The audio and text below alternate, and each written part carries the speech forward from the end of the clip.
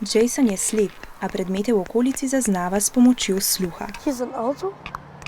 Ko s tleskanjem jezika ustvarja zvok, se ta odbije od predmetov in se vrne kot odmev. Tako ve, kje se nahaja. Na podoben način svojo okolico preiskujejo tudi netopirji in delfini, ki prav tako slabše vidijo. Jason obiskuje šolo za slepe in slabovidne, kjer se uči, kako prepoznati predmete glede na to, kakšen odmev oddajajo. Am einfachsten ist das vielleicht das Bild, das ist der Ton. Ich nehme den Ball und werfe den Ball an die Wand.